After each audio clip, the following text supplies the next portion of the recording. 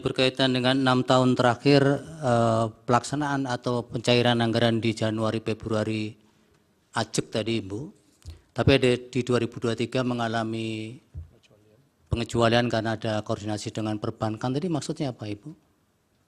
Jadi begini Bapak, jadi mohon maaf setelah kita dalami, kan kenapa penyerapan itu kecil.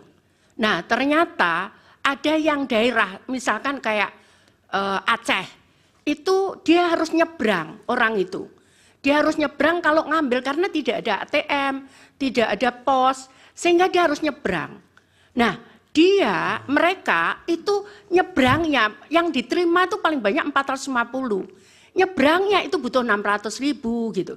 Sehingga kemudian mereka nggak ambil karena atau diambil di akhir tahun gitu karena Mbak sesuai. Iya, begitu. Nah, kemudian ada lagi yang bank seperti di daerah Bali. Itu ada di daerah di mana bank BTN itu nggak ada di kabupaten itu. Sehingga dia butuh untuk membayar transport, untuk mengambil bank itu di kabupaten yang lain, itu lebih banyak daripada yang dia terima. Itu yang kemudian kita rapatkan dengan Himbara, yang tadi saya sampaikan ada Pak Wamen BUMN datang untuk bagaimana ini. Jadi kami pindah bank, yang bisa bank apa di situ? Kami pindah bank, kita ganti banknya.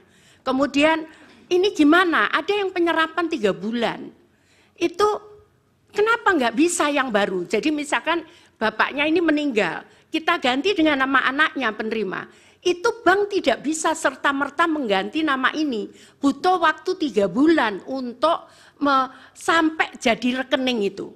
Akhirnya kemudian disepakati, di situ ada seluruh bank, kemarin rapat dengan kami, di seluruh bank, sehingga dan PT Pos disepakati untuk penerima baru itu disalurkan lewat PT Pos, karena PT Pos bisa 1 minggu. Dia bisa mengeluarkan rekening itu. Sehingga saat itu kita butuh, itu yang pertama. Masalah yang kedua adalah beberapa temuan BPK, kita juga nggak berani melangkah itu. Kenapa? Contohnya misalkan, ditemukan oleh BPK itu PNS itu penerima gitu. Nah kami butuh waktu, apa iya dia PNS betul atau bukan? Gitu. Jadi itu salah satu kenapa di 2023 itu agak mundur. Jadi temuan itu ada yang mohon maaf, dia masuk di datanya AHU. AHU itu di Kementerian Kumham.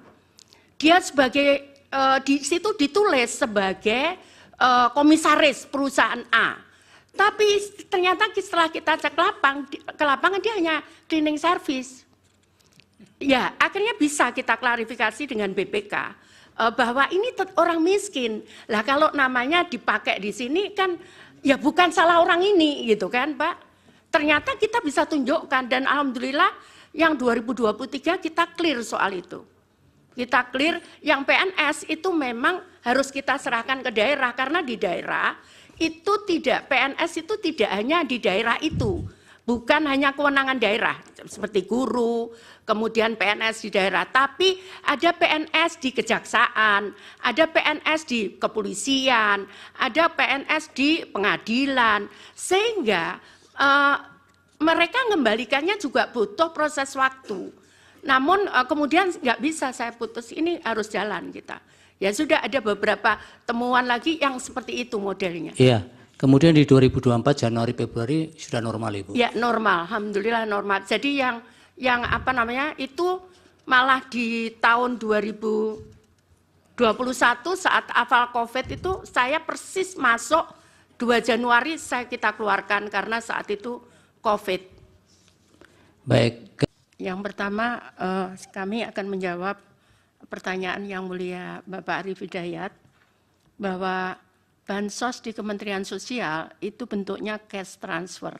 Jadi tidak ada dalam bentuk natura atau barang. Jadi semua transfer ke rekening penerima manfaat 100%. Kecuali respon kasus. Jadi ada yang sakit, ada yang disabilitas, butuh bantuan, dan itu dia belum menerima bantuan sama sekali, baru kita bentukkan macam-macam, mungkin nanti bisa saya tunjukkan fotonya,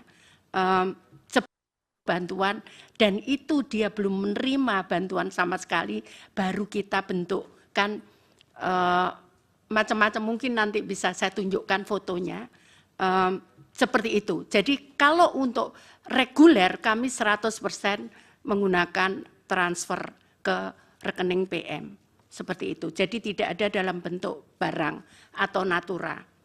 Kemudian yang berikutnya menjawab pertanyaan Yang Mulia Ibu Eni Nurbaningsih. Sebelumnya Ibu, iya. Saya mau izin Pak Ketua dan Bapak Ibu Hakim. Terkait dengan penyaluran bantuan pangan beras dilaksanakan oleh badan, bukan Monsos ya? Bukan. Nah bukan. Itu apakah tahun 2000 itu hanya 2023 atau sebelumnya gimana? Sebelumnya sejak saya menjadi menteri. Sudah tidak? Sudah tidak. Oke. Kami tidak ada menyalurkan dalam bentuk barang. Oke. Ya, sejak saya menjadi menteri. Oke, terima kasih Ibu. Ya, kemudian yang berikutnya adalah tadi sudah dijelaskan tentang kenapa awal tahun anggaran dicairkan. Ini bahkan sejak sebelum saya menjadi menteri, itu pencairannya sudah bulan Januari. Karena memang tadi saya jelaskan teorinya, kalau mereka itu tidak bisa memenuhi kebutuhan 1 bulan untuk hidup itu mereka nggak bisa. Jadi makanya kita harus sangat disiplin untuk membantu mereka. Kemudian yang berikutnya adalah bansos yang lain untuk bagi pekerja sosial, itu bukan bansos Ibu.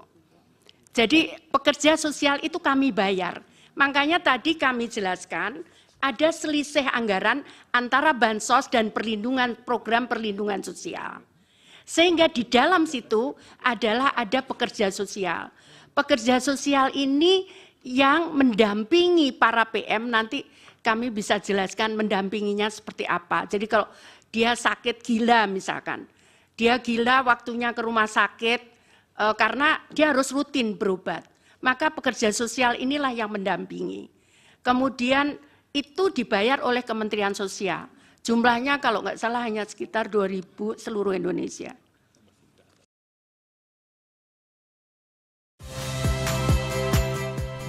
Saya Muhammad Syahreza. Saksikan program-program Kompas TV melalui siaran digital, pay TV, dan media streaming lainnya. Kompas TV, independen, terpercaya.